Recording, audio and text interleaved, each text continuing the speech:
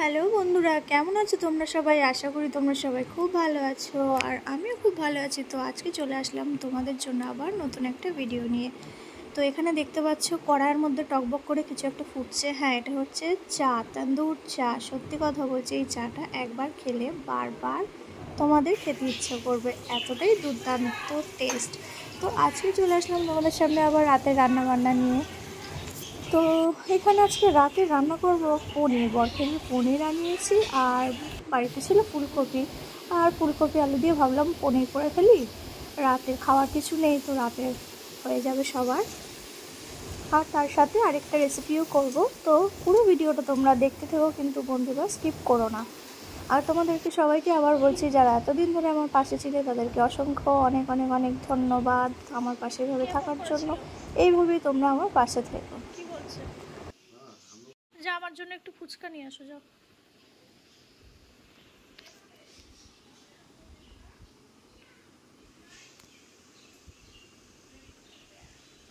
যাও, ফুচকা নিয়ে আসো। 7:30 বাজে, আর দাঁড়াতে হবে না। হবে না বল। হ্যাঁ, এই গেল গেল গেল গেল গো, পুড়ে গেল। আমার বরকে ওই টিফিন রান্নার কথা বলতে গিয়ে এদিকে যে আবার কড়াতে ফুলকপি চাপানো রয়েছে ভাজা, সেটাই ভুলে গেছি। দেখো একটু কালো কালো হয়ে গেল। যাই হোক বেশি পড়েনি। তো চলো এবার ঝটপট করে করে ফেলি পনিরটা। ওদিকে আবার এত খিদেও পেয়ে গেছে, ওই জন্য বললাম যে আমার জন্য ফুচকা আনো। তো পাঠালাম ফুচকা আনতে, অনেকদিন ফুচকাও খাওয়া হয় না। দেখি কখন নিয়ে আসে, তার মধ্যে তাড়াতাড়ি করে রান্নাটাও করে ফেলি। জানো তো বন্ধুরা, কিছু কিছু মানুষ আছে, সেসব মানুষদের জন্য যতই করো না কেন তাদের মনও ভরে না, তাদের মনে শান্তিও আসে না। তারা সেই তবুও তার খুঁজতেই থাকে, বুঝলে? তোমাদের বাড়িতে এমন কেউ আছে নাকি কমেন্ট করে জানিও কিন্তু, ঠিক আছে? আমাদের বাড়িতে তো আছেই। তো যাই হোক, ওদিকে আমার ফুলকপি পনিরের তরকারিটা হয়ে গিয়েছে। একটু গোটা গরম মশলাটাকে একটু গরমে করে নিচ্ছি, টেলে নিচ্ছি আর কি। আর এবার এটাকে শিলে বেটে গুঁড়ো করে নিয়ে তরকারির ওপর দিয়ে ছড়িয়ে দেবো। আগে জানো তো গুঁড়ো গরম মশলা কিনতাম, তারপরে আমার যার পছন্দ না, আমার যা তো আবার একটু গরম মশলা লাভার, তো ওই জন্য তারপর থেকে গোটা কেনা হয় ওর বিয়ের পর থেকে। আর সত্যি কথা বলতে গুঁড়োর থেকে গোটাটা তো জানোই একটু বেশি সেন্ট হয়, একটু ভালোই হয় বেশি।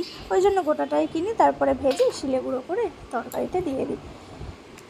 আর এই ছোট্ট তড়কা প্যানটাও কিনেছিল, এটার মধ্যে না ডিম পোচ দারুণ হয়। তোমাদের যাদের আছে, তোমরা যদি ডিম পোচ না করো, করে দেখতে পারো, খুব সুন্দর ডিম পোচ হয় এটার মধ্যে। আমি তো প্রথম দিন ও যেদিন কিনে এনেছে আমি ডিম পোচই করেছিলাম, দারুণ হয়েছিল। তো চলো এবার শিলে এটা ঝটপট বেটে নিয়ে বেটে গুঁড়ো করে নিয়ে দেবো। শিলে বাটছি, আমাদের মিক্সারও আছে, শিলও আছে, কিন্তু এইটুকু মশলা তো আর মিক্সচারে তো হয় না।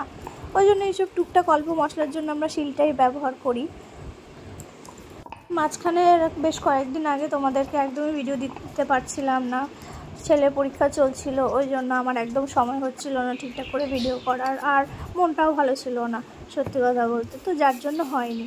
তো চলো, এই যে সর্ষেও রেডি করে রেখেছি, যেহেতু সর্ষে বাটলে শিলটা ভেজা হয়ে যাবে, ওই জন্য আমি আগে গরম মশলাটা করে রেখে দিলাম, তারপর সর্ষেটা বাটবো। আর এদিকে বর চলেও রেখেছে মনে হচ্ছে আমার খাবার নিয়ে। এই যে খাবার নিয়ে এসছে, বলছে ফুচকা পাইনি, মোমো নিয়ে এসছি, মোমো নিয়ে এটাই খাও। তো ভালো, যাই জোটে তাই ভালো।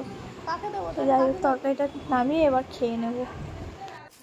তো মোমোটা প্রচুর গরম আছে, হাত দিয়ে দেখলাম। তো ওদিকে তরকারিটা নামিয়ে ফেলেছি, তো ওটা টেবিলে এনে রাখি, রেখে তারপরে খেতে বসবো।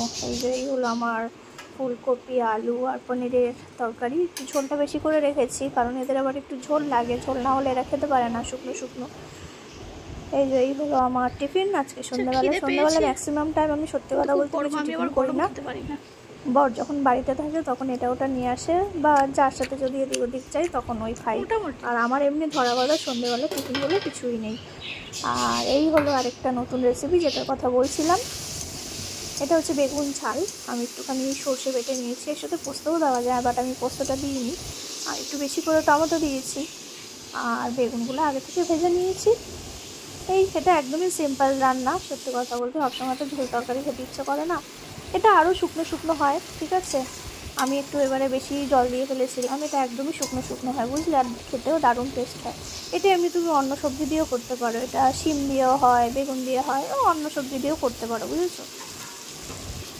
আর এই রেসিপিটা সত্যি কথা বানালে তোমার এটা দিয়েই শুধু ভাত খাওয়া হয়ে যাবে। এত সুন্দর খেতে হয়, শুকনো শুকনো হয় ঠিকই, কিন্তু খেতেও দারুণ হয়। আর তুমি একটুখানি ঝোল নিয়ে ভাত মাখলে তোমার পুরোই হয়ে যাবে, তোমার আর অন্য কোনো তরকারিই লাগবে না। সত্যি কথা বলছি, একবার বানিয়ে দেখো। তা দেখো ঝোলটা এবারে বেশি হয়ে গেছে, তো আমার রেসিপিও রেডি আর ভিডিওটাও শেষ। তো চলো বন্ধুরা, আবার পরে দেখা হবে, টাটা।